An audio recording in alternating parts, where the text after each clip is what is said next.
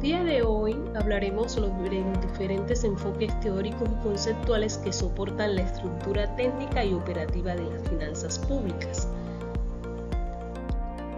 El debate sobre el gasto público y la intervención estatal en la economía ha estado marcada por distintas escuelas de pensamiento, por lo que estaremos profundizando sobre 4 de estas: la teoría keynesiana, el estado de bienestar, el estructuralismo y la escuela austriaca, enfatizando en cuáles son sus fuentes de ingresos, qué dicen sobre el gasto público, quiénes toman las decisiones y con qué criterios se decide el gasto público. En conjunto, estas corrientes muestran cómo las decisiones sobre el gasto público no solo responden a necesidades, sino también a visiones ideológicas sobre el papel del Estado en la sociedad y el desarrollo. Ahora vamos a hablar de las fuentes de ingreso del Estado. El Estado necesita recursos para financiar el gasto público, como educación, salud o infraestructura. Estas fuentes de ingresos se conocen como ingresos públicos y son las que provienen principalmente de los impuestos, de la deuda pública, de las empresas estatales y la explotación de los recursos naturales. Sin embargo, cada teoría económica interpreta de forma distinta cómo y por qué el Estado debe obtener estos recursos. Por eso veremos brevemente cómo lo explican 4 enfoques: el keynesiano, el estructuralista, el estado de bienestar y la escuela austriaca.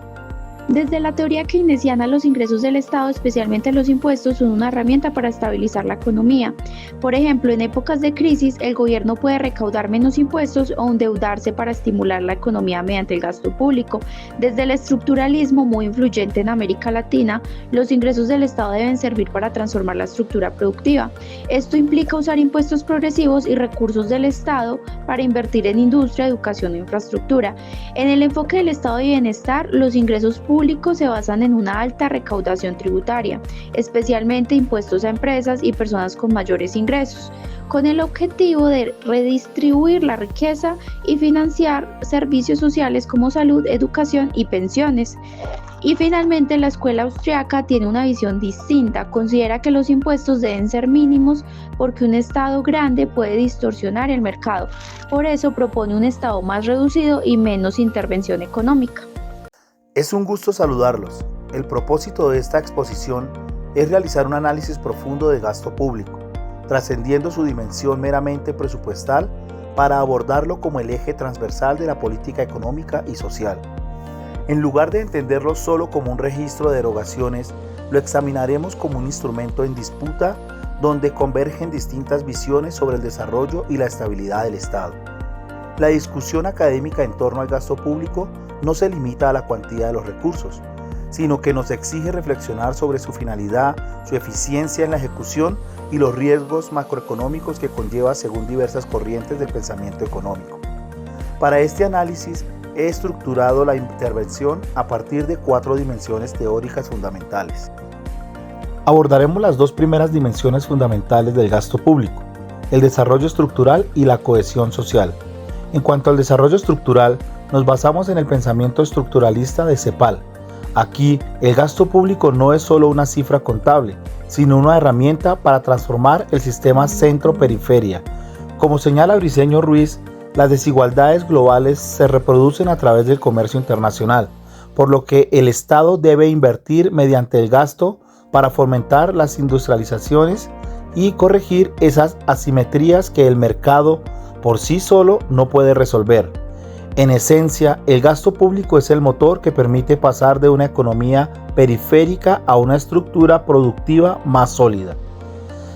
Pasando a la segunda dimensión, la cohesión social, nos enfocamos en el papel del estado de bienestar.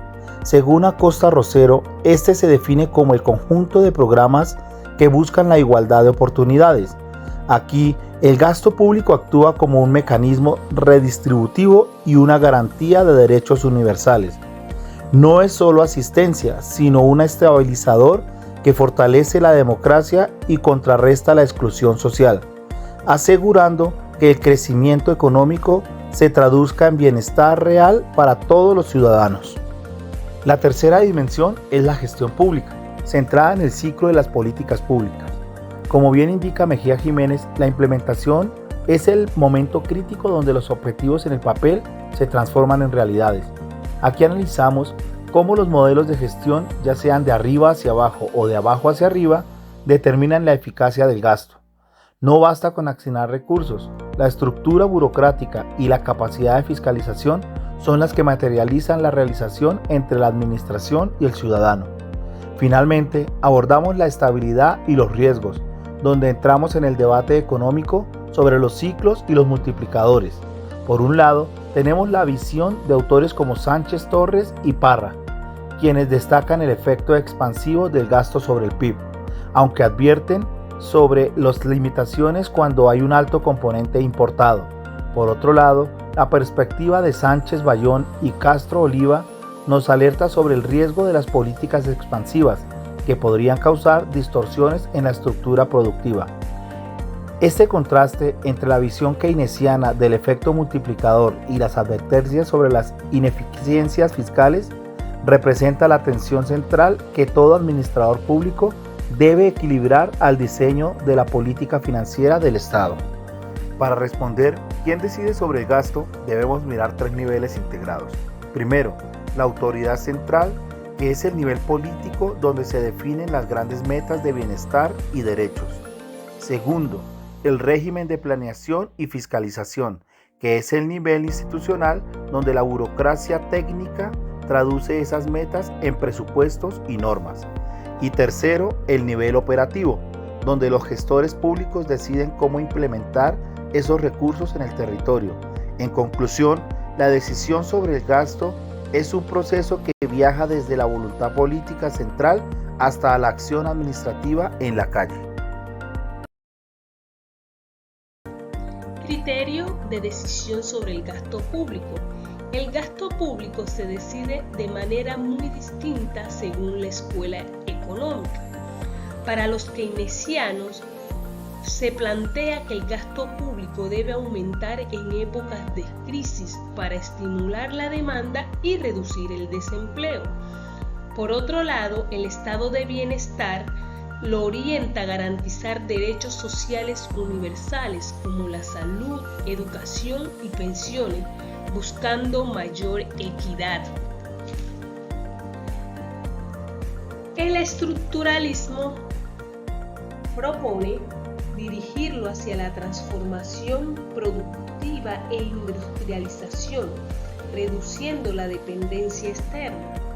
En cambio, la escuela austriaca critica la intervención estatal excesiva y defiende un gasto mínimo limitado a funciones básicas como seguridad y justicia. Podemos concluir que el análisis de las diferentes teorías económicas muestra que las finanzas públicas no responden a una única forma de entender el papel del Estado.